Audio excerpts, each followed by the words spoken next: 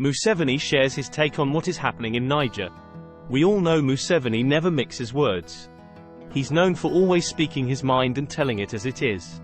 That's why he's hated by Western leaders, but also why Africans love him. This is what he had to say.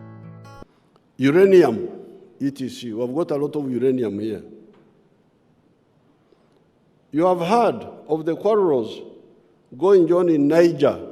There's a crisis now in an African country known as Niger.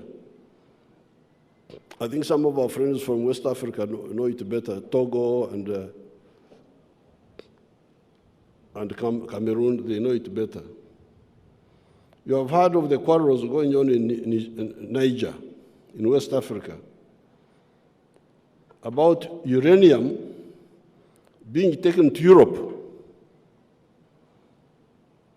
That's how I came to know recently. When this crisis started, we started getting information that apparently Niger is exporting a lot of uranium to Europe and to France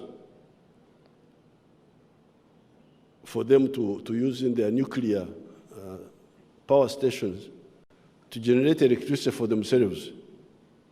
So this morning I took interest. I said, by the way, what is the electricity supply in Niger?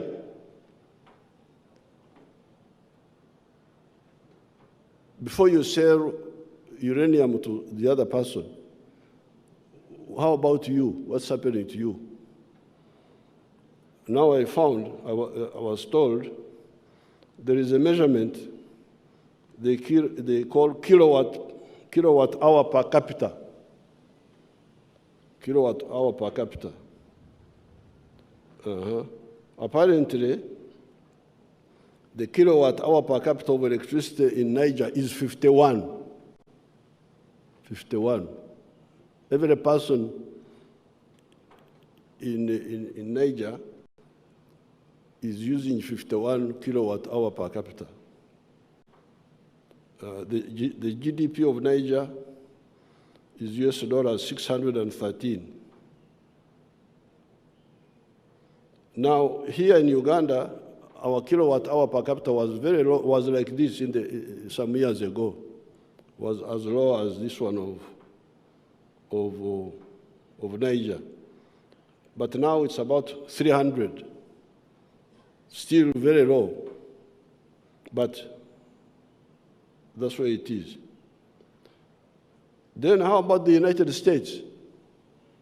What is the kilowatt hour per capita of the United States? 12,000.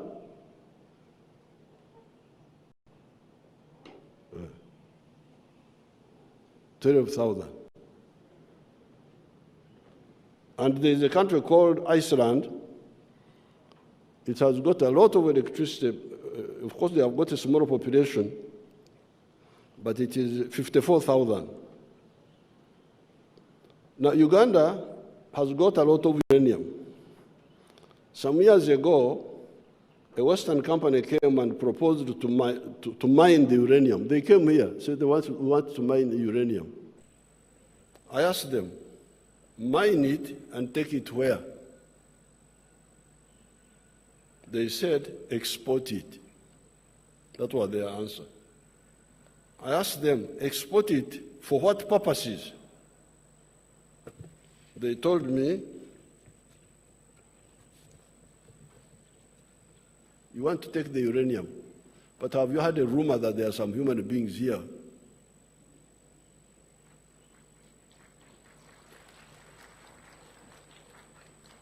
It's not confirmed that they are there, but could it be a rumor that there are some human beings here? Why don't you propose to build that capacity here for the benefit of these human beings who live in Uganda?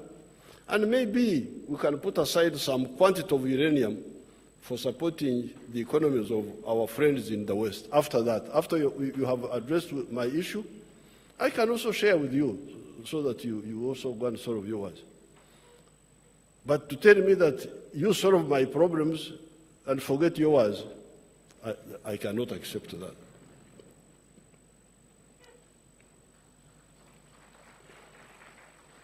They never came back. They never came back. So the uranium of Uganda is sleeping in the ground until we are ready to use it. We have now agreed with the Russians and the Koreans to build 2 nuclear power stations for electricity of 15,600 megawatts total. Imagine, just 2 stations will produce 15,000 megawatts. One, 7,200 megawatts, the other one, 8,400 megawatts. Our biggest dam on the Nile is the Karuma, with 640 megawatts. The hydro. The biggest opposition of our plan of building an integrated national economy has been mainly internal, from some elements of the political and bureaucratic classes who perform the role of comprador bourgeoisie, agents of foreign interests Mao Zedong talked about in China. Unlike the national bourgeoisie, who build our economy, the comprador bourgeoisie, raw material exporters, importers of foreign products that can be made here, commission agents, bleed our economy. The national bourgeoisie, who are manufacturers, hotel owners, tourism operators, professional service providers such as doctors who treat people here instead of patients going out for treatment, internal distributors of our products such as food, build our economy. There are businesses which build our economy, which infuse blood into our economy. There are those businesses which drain blood from our system for the benefit of the outsiders. And these are the ones Mao Zedong called the comprador. Comprador is a French word meaning agent, agent of. Therefore, we, the raw materials producers, need to conduct internal struggles in our respective countries to add value to these raw materials, including coffee, so that we earn more from our sweat and create more jobs for our youth instead of dying in the Mediterranean going to Europe.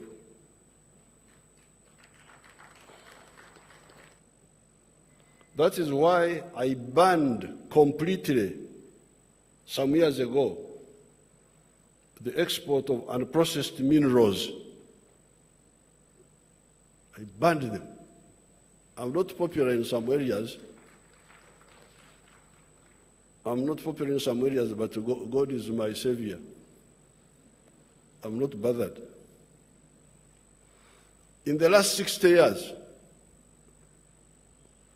I have been involved in the struggle against this modern slavery for Africa.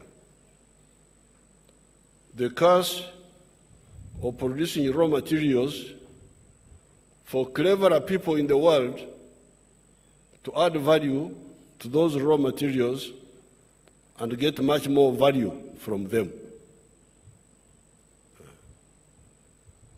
For the last 60 years and more, I have been involved in struggle against all of this.